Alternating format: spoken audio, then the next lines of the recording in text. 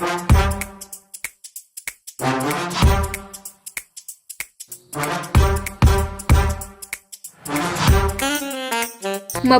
I am Alvarez from CTHM1 Culinary. So for today's video, I am going to perform the basic culinary vegetable cuts. We all know that it is much easier to cook in the kitchen when you put things in their place, or in French culinary term, it is called mise en place. And the first required task in mise en place is using knife. So now I'm going to show you the basic knife skills. And for the entire video, you will see how 15 different cuts in vegetables are done. So without further ado, let's get started. So the first one is the baton cut. Baton cut is the largest stick cut that measures about 5 by 1.5 centimeters.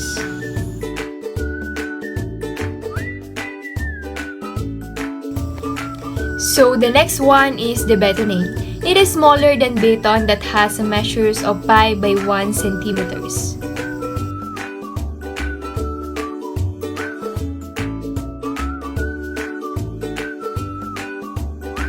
The next one is the jardiniere cut. So jardiniere has a measures of 5 mm by 5 mm by 5 cm.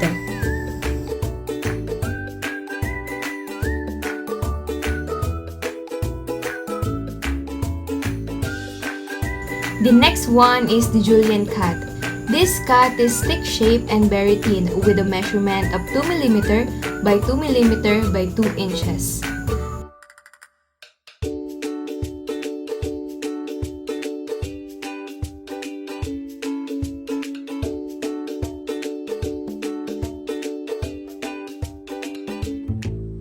And lastly is the fine julienne cut. It has a measure of 1 16 inches square by 1 to 2 inches in length. This usually used in stir fries and as a garnish on various dishes.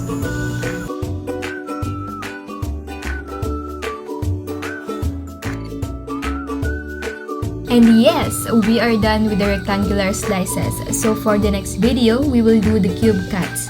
So we will use the different rectangular cuts as a base for our next clips. The first one is the large dice or kiap. For this cut, we will use the baton cut and slice it into cubes with a measure of 2 mm all around. The next one is the medium dice or parmentia.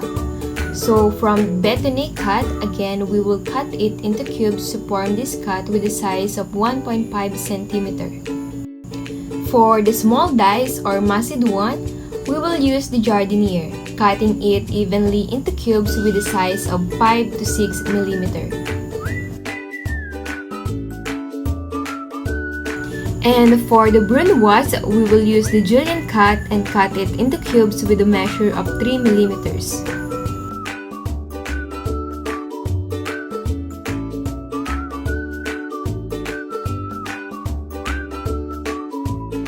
Lastly, for the fine brunoise, we will use the fine julienne and cut finer cubes with a measure of 1.5 mm.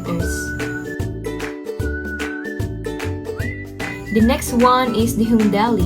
It is a circular, round, or disc-shaped type of vegetable cuts. The oblique cut. It is a form of cutting vegetables into a diagonal shape. Next is the peasant cut.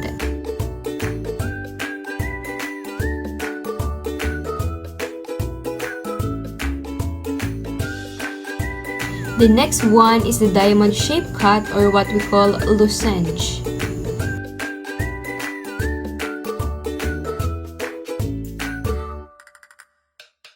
And lastly is the chiffonade. It is a finely sliced, shredded type of cut and is usually used on green leafy vegetables.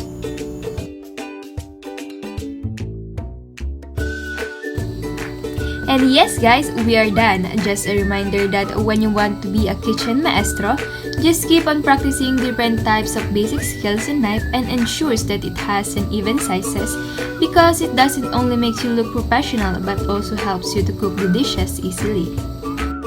Thank you for watching. Have a great day ahead.